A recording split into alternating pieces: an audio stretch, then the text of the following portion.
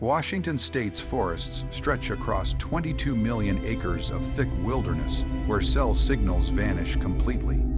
Ancient trees block out the sun and create endless twilight, and over the years, hundreds of people have gone missing without a trace. What makes these three stories different from ordinary campfire tales is that every person survived, but none of them ever returned to the woods. Some came back with proof they couldn't explain. Others returned changed, altered by something they met deep in those trees. By the time you reach the final story, you'll understand why even experienced park rangers avoid certain patrol routes, and why logging crews leave behind expensive equipment instead of gathering it after dark. These forests have stood for thousands of years, growing thicker, darker, and stretching deeper into the mountains. They were never meant to be safe. Welcome to Eerie Hour. Before we begin, hit that subscribe button and turn on notifications because tonight we're heading into the darkest corners of the Pacific Northwest. And trust me, you won't want to miss what's coming next. If you make it through all four stories without looking over your shoulder, leave a comment and tell us which one disturbed you the most. Now, let's step into the trees and uncover what's been waiting there. I had been hiking the G. Ford Pinchot trails for 3 years and thought I knew these mountains well. I'd walked the popular paths, the moderate climbs, and even a few backcountry loops that required special permits. But that October afternoon, when a storm rolled in faster than any weather forecast warned, I found myself struggling through heavy rain on a trail I had never taken before. The temperature dropped nearly 15 degrees in under an hour. My jacket was soaked, my boots slipped on mud and slick roots, and daylight faded almost 2 hours earlier than it should have. That's when I saw it through the sheets of rain, a fire lookout tower standing on a rocky ledge about 200 yards off the trail. I had read about these towers, how most were abandoned decades ago when the Forest Service began using aircraft instead. Some were kept up by volunteers, while others were left to rot into the mountains. This one looked solid from a distance, and I wasn't about to spend the night curled under a tree in a thunderstorm. I pushed through thick brush toward it, branches cutting across my face, rain falling so hard I could barely see 10 feet ahead. The tower grew larger as I reached it, a thin wooden structure rising about 40 feet into the darkening sky. The stairs looked sturdy, and I climbed them 2 at a time, legs burning by the time I reached the small cabin on top. The door was unlocked. That should have been my first warning, but I was too soaked and frozen to care. I pushed it open and rushed inside, instantly grateful to be out of the storm. The cabin was small, maybe 12 by 12 feet, with windows on every side and only basic furniture. A cot in one corner, a small table, a couple of chairs, and shelves with old supplies. The air smelled like damp wood and mold, but it was dry. I took off my wet jacket and hung it on a nail near the door, then checked my phone. No signal, of course. My battery was down to 20%, and I had no way to charge it. The storm outside only grew louder, lightning flashing across the sky with thunder crashing seconds later. I knew I wasn't going anywhere that night. That's when I noticed the logbook on the table. It was one of those blackened, white marbled notebooks, and it was open to a page dated just 3 days earlier. I picked it up out of boredom at first. Fire lookouts usually kept logs of weather, fire risks, and daily activity. I figured I'd read through it and learn more about the area. The handwriting in the newest entry was neat and careful, the kind you rarely see anymore. The first entries were normal, weather notes, a mention of black bears near the western ridge, cloud patterns, wind estimates, nothing strange. Then I flipped back a few pages and the tone began to shift. The entries still followed the same official format, but small notes appeared in the margins. At first, they seemed harmless. Heard something circling the base of the tower around 2:00 a.m., probably an elk. 2 days later, another note. Same sound closer, lasted about an hour, nothing visible in the spotlight. A cold chill ran through me that had nothing to do with the storm. I kept reading. The entries became more frequent, sometimes several in one day. It's back, 3rd night in a row, definitely not an elk. Its movement is wrong. Then another, counted the footsteps. It circles exactly 9 times, then waits at the bottom of the stairs for several minutes before leaving. My hands began to shake as I turned the pages. The writing grew sloppy and tight, filled with panic. Can't sleep. Every time I close my eyes, I hear it on the stairs, but when I look, there's nothing. Another entry followed. The radio is dead, hasn't worked for 3 days. Emergency beacon isn't sending a signal. Tried hiking out this morning, but the trail is gone. I mean completely gone. Just solid forest where the path should be. I looked up from the notebook, suddenly aware of how dark it had become outside the windows. The storm screamed around the tower, rain pounding the roof, but all I could hear was my heart. The entries continued in order, each more disturbing than the last. It knows I'm watching. When I shine the light down, I see it move behind the trees, always just outside the beam. It's learning my routine. Then another. Found 4 scratches on the door this morning. Deep gouges. They weren't there yesterday. I check the door every morning. I slowly walked to the door and ran my fingers over the wood. The marks were there. 4 deep cuts at eye level, fresh enough to show pale wood beneath. The next entry made my blood feel like ice. It climbed the stairs last night. I heard every step, counted them, exactly 42, which is correct for this tower. It stopped outside the door. I could hear it breathing. I hid in the corner with my knife until morning. When I opened the door, there were wet footprints on the platform. Not animal, not human, something in between. I looked at the floor near the door. No prints. But there was a dark stain by the threshold that could have been rain. Or something else. The writing fell apart after that. Can't tell what's real anymore. Haven't slept. It tapped on the window last night. South window. This tower is 40 feet up. I turned slowly toward the south window. There was a smudge on the glass at the center, like a hand had been pressed against it from the outside. Another entry followed. Tried to leave again. Made it about 100 yards before I heard it crashing through the brush behind me. I ran back. It let me go. It's keeping me here. The second last entry was dated 4 days ago. I think I know what it wants. The old logs mentioned something similar, but those pages were torn out. Found them burned in the stove, only fragments left.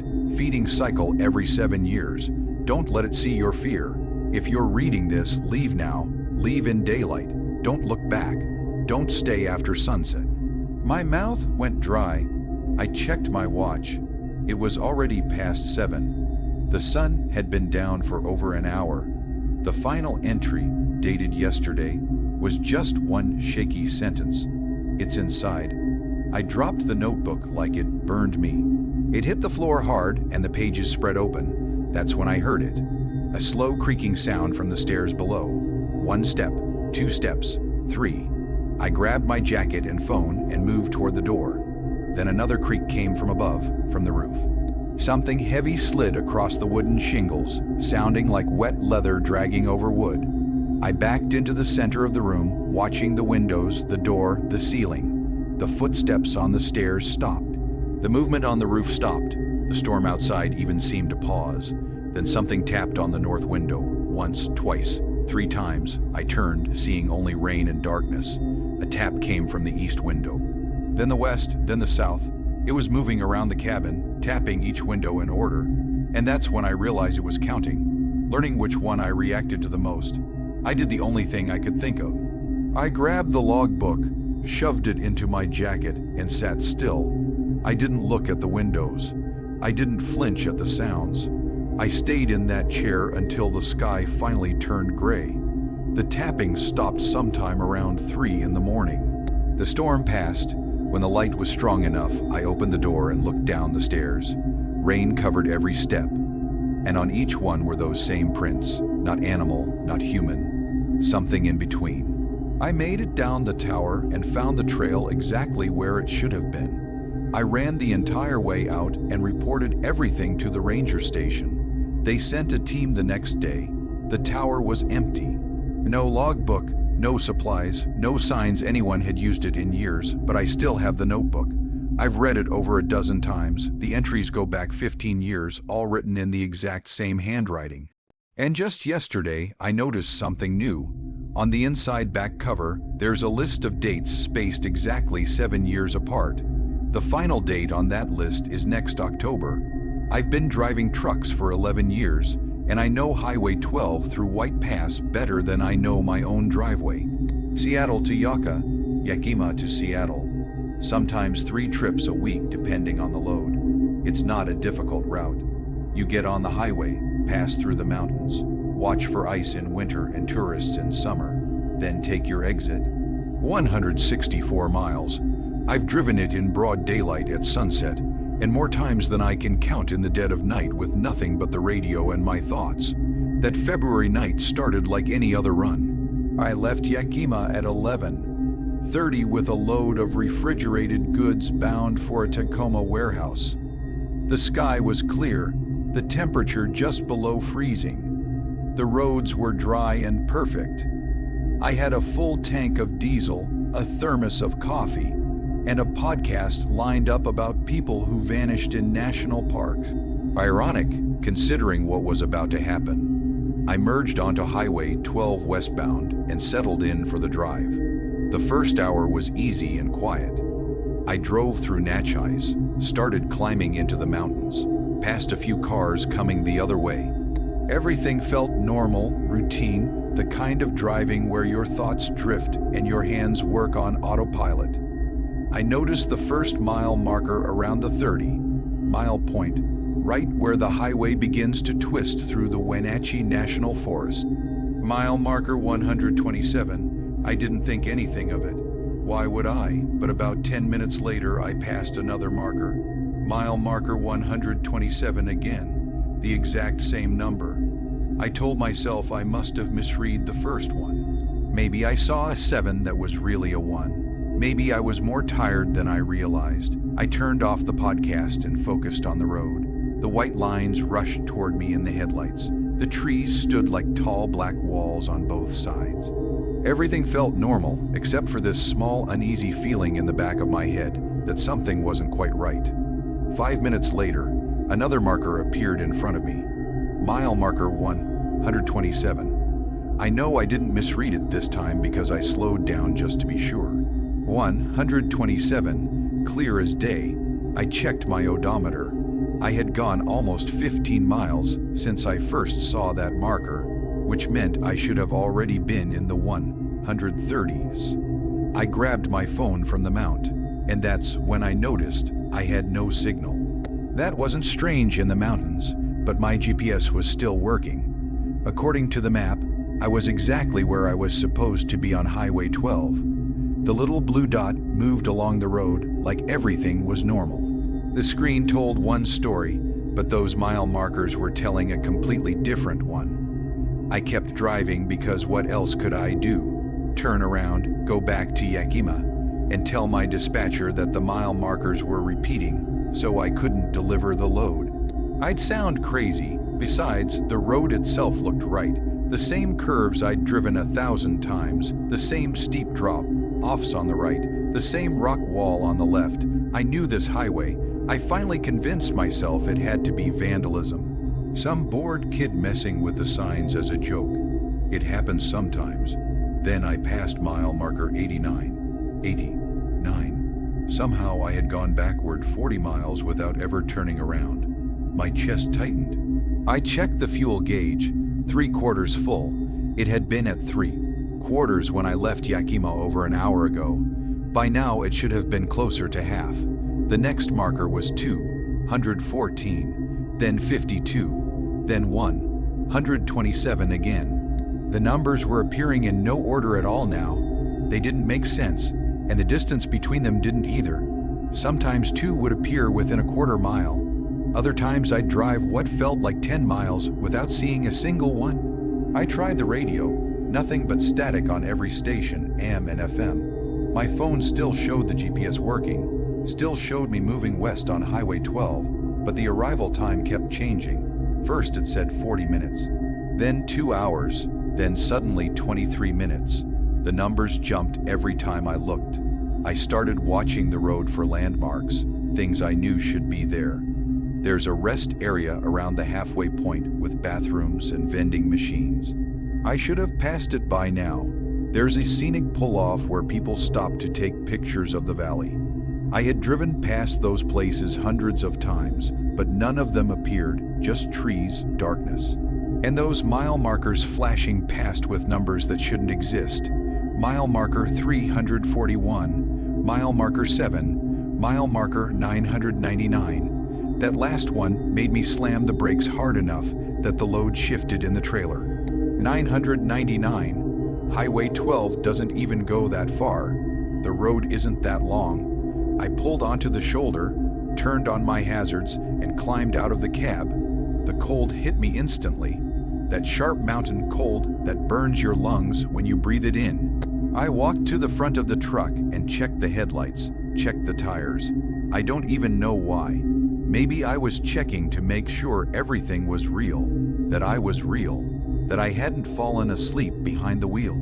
The pavement felt solid under my boots. The truck hummed and vibrated like it always did. Diesel mixing with the smell of pine in the cold air.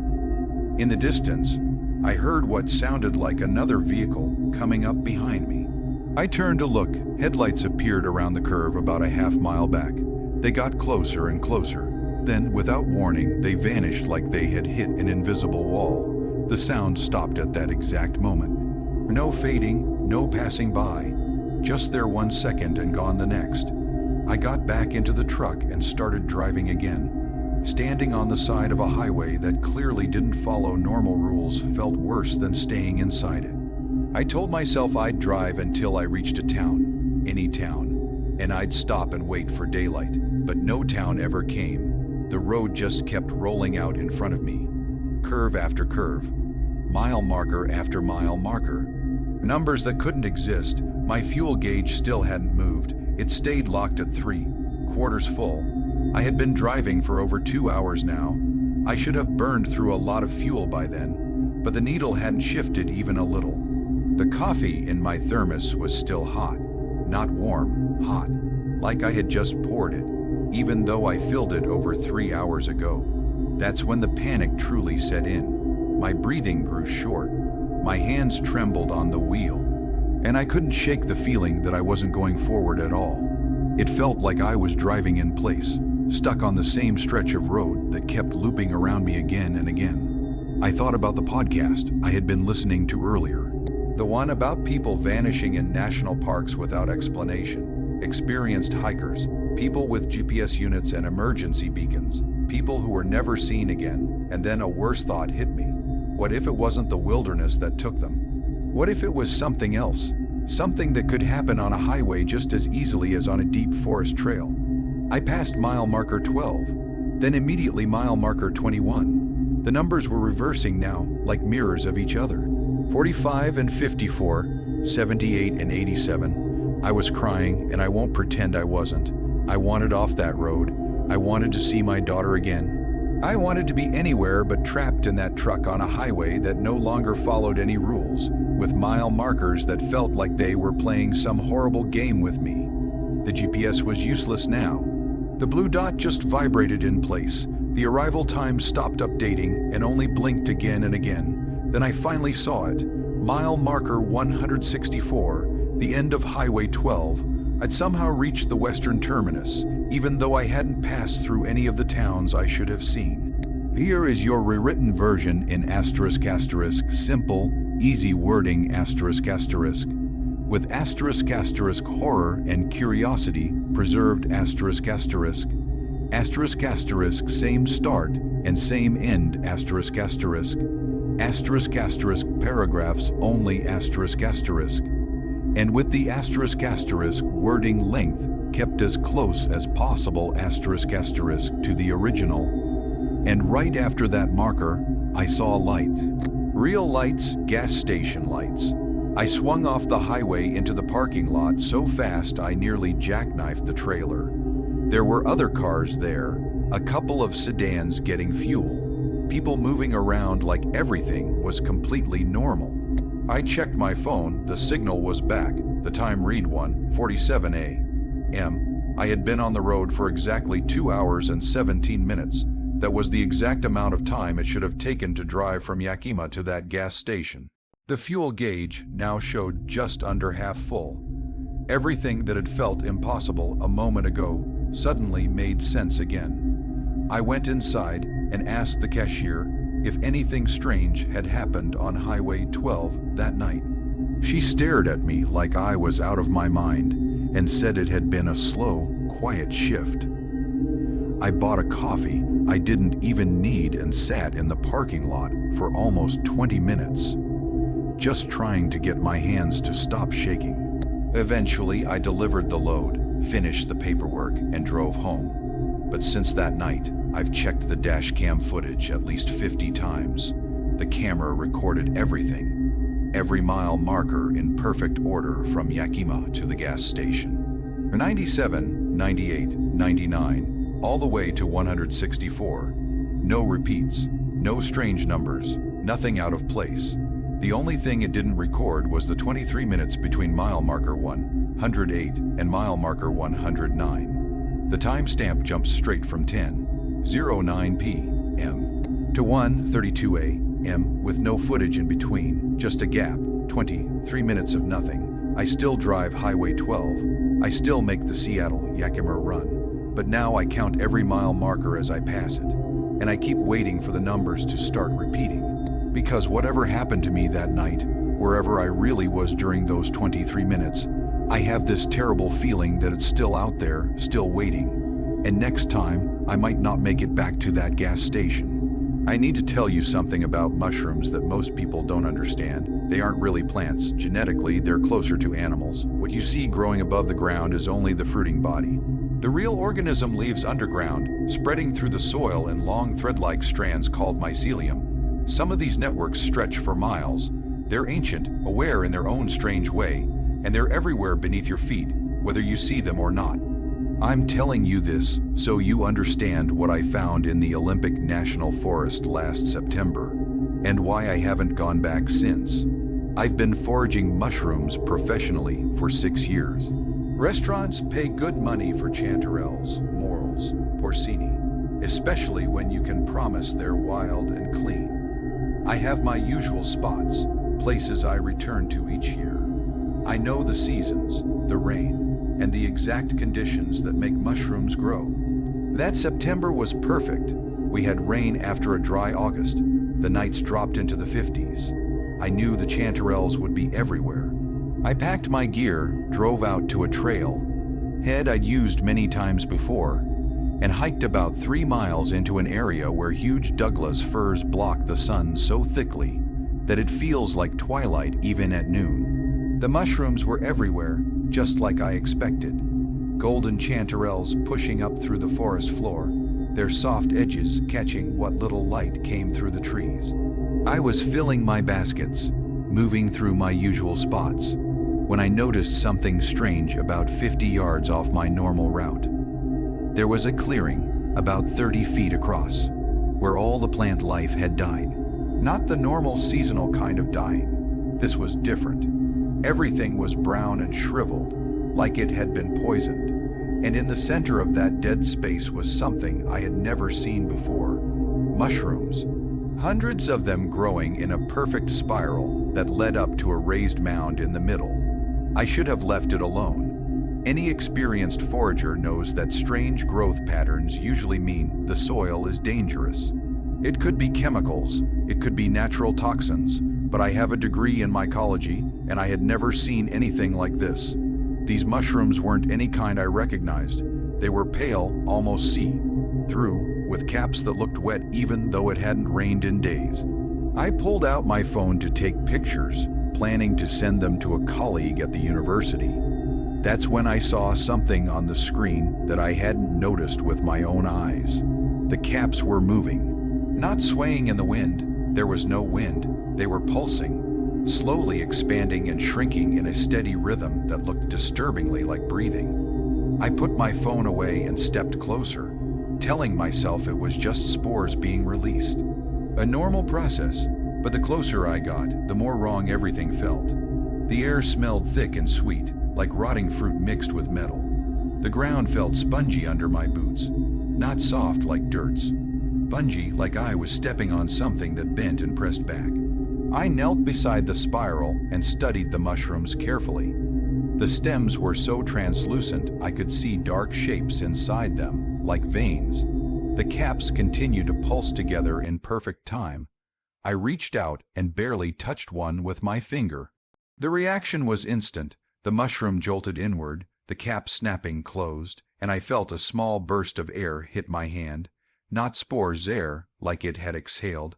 I jumped back as the movement rushed through the spiral, one mushroom after another contracting in sequence, the wave traveling inward.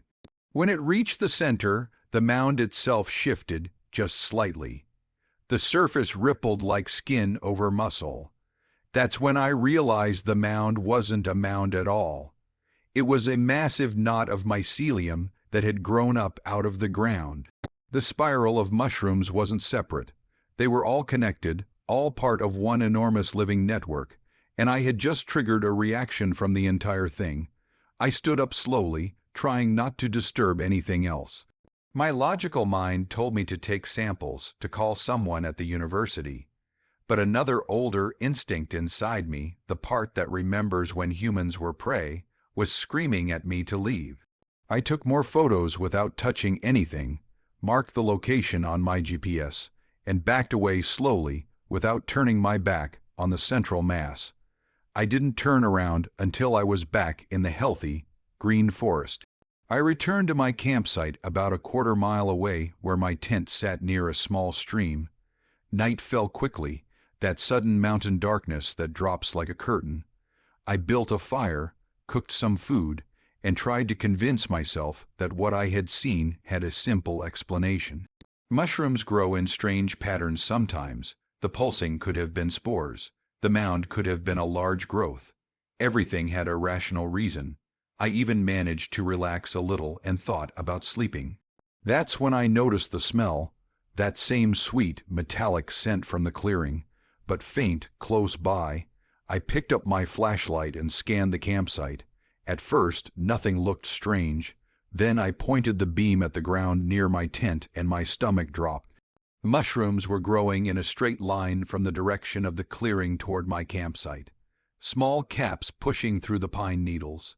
They had not been there when I arrived 3 hours earlier. Mushrooms don't grow that fast. They can't. I followed the line with my flashlight back toward the clearing. It was perfectly straight, like someone had drawn it with a ruler. The mushrooms grew larger the closer they got to the dead zone. The last one, about 20 feet from the clearing, was as wide as a dinner plate. I could see it pulsing even from several feet away, and as I watched, the stem began to grow, not slowly, quickly enough that I could see it happening. Pale tissue rising from the ground, growing taller and thicker. In 30 seconds, it grew at least 2 inches. I ran back to my campsite and started tearing everything down. Tent, sleeping bag, stove, all shoved into my pack without care. I didn't even put out the fire properly. I threw the pack on my shoulders and turned toward the trail. And that's when I saw even more mushrooms. They were growing in a wide semicircle around the far side of my campsite, blocking the main path to the trail. The pattern was clear. They were cutting off my escape. They were growing far too fast, and all of them pulsed together in perfect rhythm. I changed direction and forced my way through thick brush in a wide arc, and reached the trail about 100 yards farther down. My headlamp bounced wildly as I jogged, pack slamming against my back, lungs burning from fear and effort. I didn't look back. I just kept moving, counting distance in my head, waiting for the parking lot. 1 mile, half a mile, quarter mile. When I finally burst into the gravel lot and saw my truck under the security light, I actually cried. I threw my pack into the bed, climbed in, and locked the doors. My hands shook so badly it took 3 tries to start the engine. I turned on every light I had. Headlights, fog lights, the light bar. I had just put it in drive when I noticed something on my windshield. There was a pale, wet smear right in the center of the glass. I turned on the wipers and it only spread it out more. I sprayed washer fluid again and again until it finally cleared enough to see through. In those few seconds before it washed away, I could have sworn I saw thin white threads inside the smear, delicate strands that looked exactly like mycelium. I drove straight home without stopping, 5 hours on the road. I didn't return to the forest for 2 weeks. When I finally did, I brought a colleague and 2 graduate students. We hiked in with full equipment and the saved GPS coordinates. We found my campsite easily. The fire ring was still there.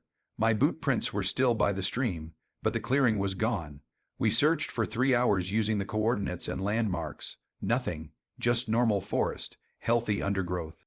Regular mushrooms in regular patterns. My colleague said I must have marked the wrong spot, but I know what I saw, and I know what I found when I unpacked it home. At the bottom of my pack, wrapped inside a spare shirt, was one of those pale mushrooms from the spiral. I know I didn't take it. I know I only touched one with my finger, but it was there, and it was still pulsing. I placed it in a jar and kept it on my kitchen counter for 2 days, watching it, trying to understand what to do. It didn't grow. It didn't need water. It just pulsed, slow and steady, once every 8 seconds. On the 3rd morning, I woke up and went to make coffee. The jar was empty. The lid was still screwed on tight. Inside was only a fine web of white threads coating the glass. When I leaned closer, I saw they were moving, spreading like cracks through ice. I threw the jar away, sealed it in 3 plastic bags, and drove it to a dumpster on the other side of town. But sometimes late at night, I think about that mycelium network still spreading somewhere under the Olympic National Forest. I think about how mushroom networks can stretch for miles, how they talk through chemical signals, how some scientists believe they might be a kind of natural intelligence we barely understand. And I think about that line of mushrooms that grew toward my campsite in just a few hours. How they cut off my escape route like they were hunting me. I haven't been back to the Olympics since September. I don't think I ever will, because whatever I found in that clearing, I don't think it was just a mushroom. I think it was something much older, much larger, and much more aware than any living thing should ever be. I need to tell you something about mushrooms that most people don't realize. They aren't really plants. They're closer to animals than plants when it comes to their genetics. What you see above the ground is only the fruiting body. The real organism lives underground, spreading through the dirt in thin, thread-like strands called mycelium. Some of these networks stretch for miles. They are ancient, strange in their own way, and they exist everywhere beneath your feet, whether you notice them or not. I'm telling you this because you need to understand what I found in the Olympic National Forest last September and why I haven't been back since. I've been a professional mushroom forager for 6 years. Restaurants pay good money for chanterelles, morels, porcini, especially if you can promise they're truly wild and from clean forests. I have my regular spots, places I return to every year, and I understand the seasons, the rain, and the exact conditions that make mushrooms grow. That September was perfect. We had rain after a dry August. The temperature dropped into the 50s at night, and I knew the chanterelles would be thick. I packed my gear, drove to a trail head I'd used before, and hiked about 3 miles into an area where huge old-growth Douglas firs block the sunlight so completely it always feels like dusk. The mushrooms were everywhere, just like I expected. Golden chanterelles pushing through the forest floor, their curled edges catching bits of weak light. I worked through my usual spots, filling my baskets slowly and carefully, when I noticed something strange about 50 yards off my path. There was a clearing about 30 feet wide where everything had died. Not normal seasonal die-off, this was different. The plants were brown and shriveled, like they'd been burned by poison. And in the center of that dead space was something I had never seen before. Mushrooms, hundreds of them, growing in a perfect spiral that led to a raised mound at the center. I should have walked away. Any experienced forager knows that strange patterns mean the soil is wrong. It could mean heavy metals. It could mean natural toxins. But I have a degree in mycology, and I had never seen anything like this. The mushrooms were a species I couldn't identify. They were pale and almost see-through. Their caps looked wet, even though it hadn't rained in 3 days. I pulled out my phone to take pictures, thinking I'd send them to a colleague at the university. As I watched through the screen, I noticed something I hadn't seen with my own eyes. The caps were moving, not swaying in the wind. There was no wind, they were pulsing, swelling and shrinking in a slow rhythm that looked disturbingly like breathing. I lowered my phone and stepped closer, telling myself it was just spores being released, something normal. But the closer I got, the more wrong everything felt. The smell in the air was thick and sweet, like rotten fruit mixed with metal. The ground beneath my boots felt spongy, not soft like normal soil, but springy, like I was standing on something alive that pushed back when I stepped on it. I kneeled near the spiral to look closer. The stems were so clear I could see dark shapes inside them, like veins or tubes. The caps were still moving in the same slow rhythm, every single one moving together. I reached out and barely touched one with my finger. Instantly it reacted. The cap snapped inward, and I felt a small burst of air hit my skin, not spores air like it had breathed out. I jumped back as the reaction spread through the spiral, one mushroom after another tightening in a wave that flowed toward the center. When it reached the middle mound, the mound itself moved, just slightly, but enough that I saw the surface ripple like skin sliding over muscle. That was when I understood the mound was not a mound. It was a massive cluster of mycelium that had risen out of the ground, and the spiral of mushrooms wasn't separate at all. They were all connected, all part of one enormous living system, and I had just triggered a response from the entire thing. I stood up carefully, moving as slowly as I could. My logical mind was screaming that I needed to document this, to take samples, to contact the university immediately. But another part of my brain, the ancient part that remembers when humans were prey, was screaming even louder to run. I chose a middle ground. I took more photos without touching anything and marked the spot on my GPS. Then I backed away, never turning my gaze from the central mass until I was safely back in the normal forest, where everything was green and healthy again. I returned to my campsite about a quarter-mile away, where I had set up my tent near a small stream. Night fell fast, that heavy mountain darkness that drops like a curtain. I built a fire, made some food, and tried to convince myself that what I saw was strange but explainable. Mushrooms can grow in weird shapes. The pulsing could be spores reacting to vibration. The mound could have been a rare structure. Everything had a logical answer if I forced myself to believe it. I even managed to eat and relax enough to think about sleeping. That's when I smelled it. The same sweet, metallic odor from the clearing, faint but close. I grabbed my flashlight and slowly swept the beam around my campsite. At first, nothing seemed wrong. Then I pointed the light near my tent. My stomach dropped. A line of mushrooms had appeared, growing from the direction of the clearing straight toward my campsite. They were small, just little caps breaking through the pine needles, but they were definitely not there 3 hours earlier. Mushrooms cannot grow that fast, they just can't. I followed the line with my flashlight back toward the clearing. It was perfectly straight, as if measured with a ruler. The mushrooms grew larger the closer they got to the dead zone. The last one, about 20 feet from the clearing, was as wide as a dinner plate. I could see it pulsing even from several feet away. And then I saw something that made my hands tremble. The stem was growing. Not slowly, fast enough that I could see it rising with my own eyes. Pale tissue pushed out of the soil, getting thicker, getting taller. In half a minute, it grew at least 2 inches. I ran back to my campsite and started throwing everything into my pack. My tent, sleeping bag, stove. Nothing was packed neatly. I didn't care. I just needed to leave. The fire was still burning, and I left it that way. I hoisted the pack onto my shoulders and turned toward the trail. That's when I saw more mushrooms. A curved line of them had grown on the far side of my campsite, blocking the direct path to the trailhead. The meaning was clear. They were cutting off my escape. They were growing far faster than anything should be able to grow. and all of them were pulsing together in perfect sync. I changed direction, pushed through thick brush in a wide arc to avoid the mushrooms, and reached the trail about 100 yards farther down than I planned. My headlamp bounced wildly as I ran. The pack slammed against my back.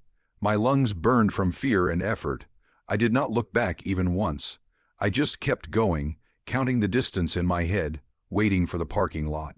1 mile, half mile, quarter mile. When I burst out onto the gravel and saw my truck under the security light, I actually cried from relief. I threw my gear into the bed, climbed in, and locked the doors. My hands shook so badly, it took 3 tries to get the key into the ignition. I started the engine and turned on every light I had. Headlights, fog lights, and the light bar.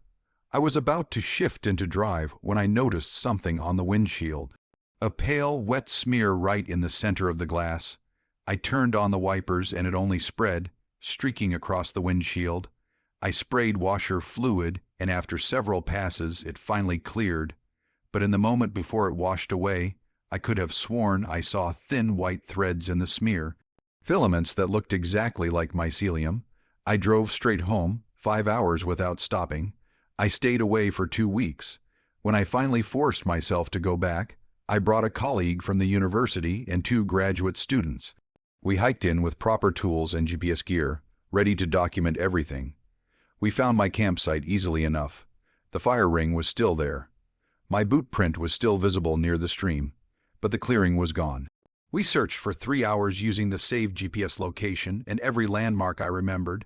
There was nothing, just normal forest, healthy plants, ordinary mushrooms growing in ordinary ways. My colleague said I must have marked the wrong place.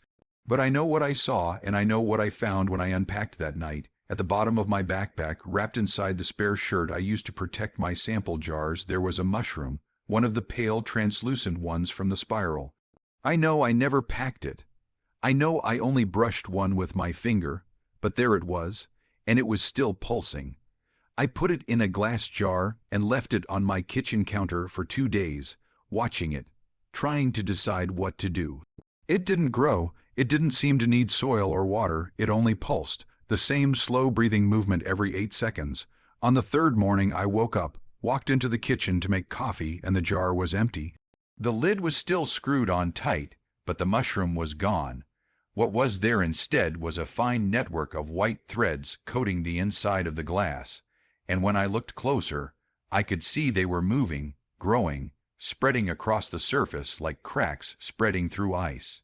I threw the jar away, sealed it in 3 plastic bags, and drove it to a dumpster on the other side of town.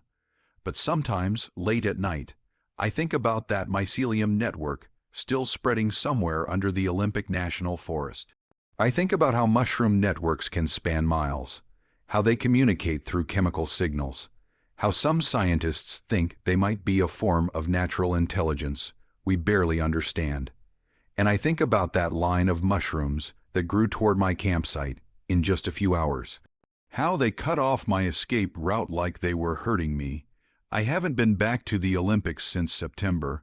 I don't think I ever will, because whatever I found in that clearing